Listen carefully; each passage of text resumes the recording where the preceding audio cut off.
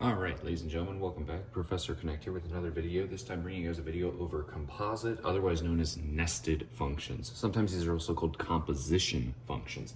So all three of these names are the same. Composite, nested, and composition are all three the same exact idea. And what they are, or what happens if you put a function within a function. So for example, if I were to put a function within a function, I would say something like, if I do something like this, f of g of x. So here, bear with me for just a second, because if I say f of x, it means I'm plugging an x into the function, right? It means x is plugged in. Okay, so if I have f of g of x, that would mean that g, the function g, so I have to have two different functions here. The function g is plugged into the function f, and function g is in terms of x. So I'm gonna start using that language, in terms of. If I say in terms of, it just means that x is going to show up as your primary variable inside of your function. And there's actually, this is the most common notation for this, is just to have two sets of parentheses here. But there's actually another commonly used notation that means the same thing, and that would be this, f, and you might see it written as fog, but basically it's an open circle, f of g of x. And so this is actually a secondary,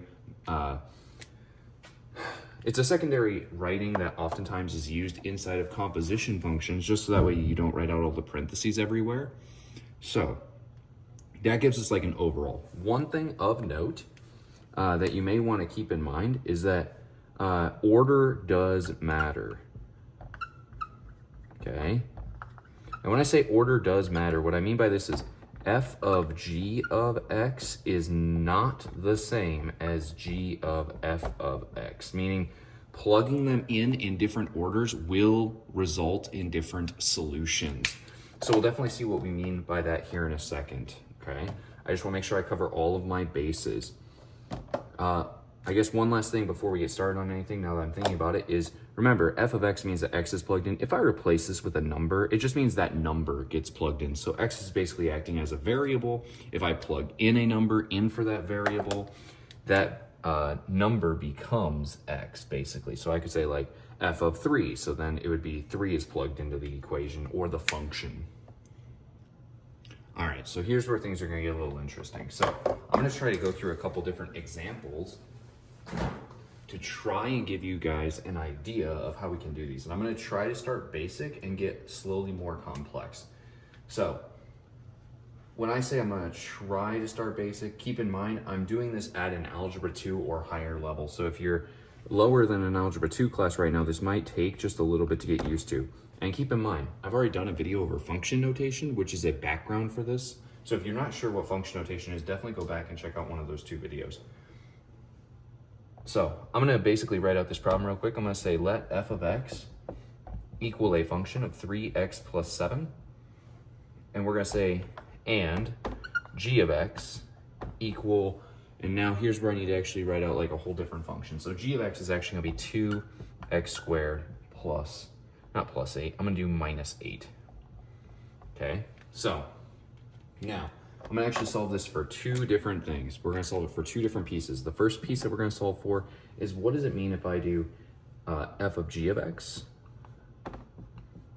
And then the other piece I'm gonna do is, what if I do g of f of x? That way we can actually compare them and see, are they in fact different? I know I told you they're different, but sometimes seeing the proof for this is actually really, really helpful. So I'm gonna take this, I'm gonna say, well, f of x is my primary function, so I'm actually gonna write out that function first. So f of x is gonna be -3. I'm gonna leave a blank where x is, because that's what's gonna get filled in with g, plus 7. So for this first one, I'm actually gonna write out absolutely everything I'm doing. So basically what I'm saying is g of x is gonna be plugged into this function. So now if I actually plug it in and write it out, my function is gonna look like this, -3 times 2x squared minus 8 plus 7. Now I actually have this written out, and I solve this just like I would order of operations. I'm gonna solve this just like regular algebra. So I'm gonna distribute this number, and then I'm going to simplify. Once I distribute this, let's see, once I distribute this, I should end up with something like -6x squared plus 24 plus 7 should be what I end up with. And now if I add 24 plus 7, I will get a final answer of -6x squared plus 31. that should be my answer. You guys can always verify and check and make sure that I'm correct. I believe that that should be the correct answer though. So there's kind of like part one. So part two is now going to do our comparison. We're now going to take g of f. So now I'm going to take g as my primary function. So keep in mind, g is 2x, which I'm going to leave a blank where x is, 2, and I'm going to put f of x here, just that way you guys can see like what I'm actually doing before I do it, minus 8. Now, wherever my x was, f of x is going to be, I'm going to replace that with f of x's function. So 2 times, and here's where things are going to get tricky, negative 3x plus 7 squared minus 8. If this guy's squared, it does mean that this is being multiplied by itself, so I'm going to basically expand this. I'm going to use FOIL method if you're familiar with that, or expanded method, or maybe you're familiar with the area method. Any of those will work here. Basically, I'm just going to take this and I'm going to multiply it across. So I'm going to end up with this. I'm going to have 2 times, and I should end up with a number that looks something like this. 9x squared minus, and it should be minus 42 if my math is correct, 42x, and we're gonna do plus 49. I'm gonna keep that 2 out front, subtract the 8, then I'm gonna distribute that 2, and then I will subtract the 8. So this is gonna end up being 18x squared.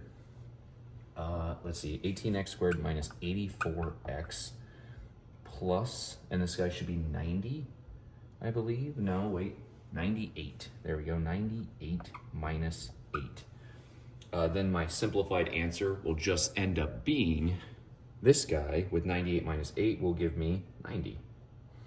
So my final answer will be down here.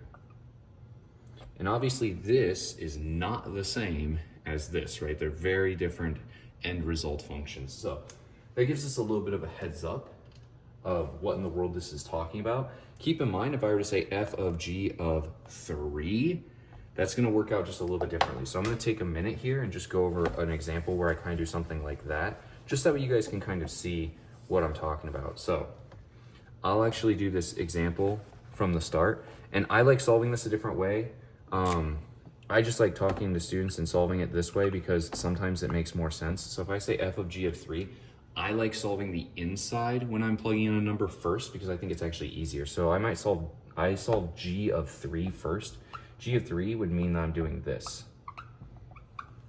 right? I have 9 times 2 is 18, 18 minus 8 is 10, and then I'm going to take this number and it gets plugged into f. So, right, this is g of 3, and that means f becomes f of 10. That 10 becomes my new plugged in number once I do this composition. Because basically I'm saying, well, g of 3 is equal to 10, therefore this is equal to 10. And then I can plug in that final number here. So then I can take my f of x equation, I can say negative 3 times 10 plus 7. And this is just one way I like telling students to try and help them sort through how to think about this, right? So these two numbers will add together to give me negative 23. So I think this has been a pretty good summary. Overall, hopefully this helps a little bit. One last thing of note before I wrap up this video is if you were to do something really crazy, like let's say you were to do something like this, let's say even if you just took one of our two functions, and it really doesn't matter what I do with that function, but let's say I take let's say I turn this into f of x plus 2, because that's still similar to a composition function. It's not really nested, but it is similar in the fact that now I replace x with x plus 2. So this is kind of like a small little side note thing. So basically everywhere there's an x, it gets replaced with x plus 2. So x plus 2 plus 7.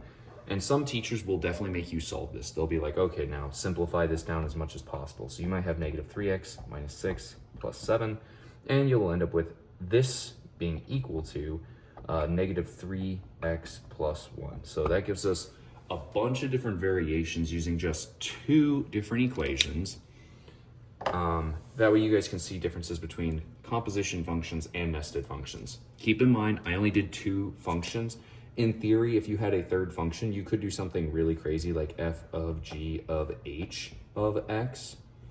This is for like pre-calculus and calculus. This just means basically you're taking that extra step. You're plugging in h into g, then g into f, and you're just going through that same process. You're just adding a step to it.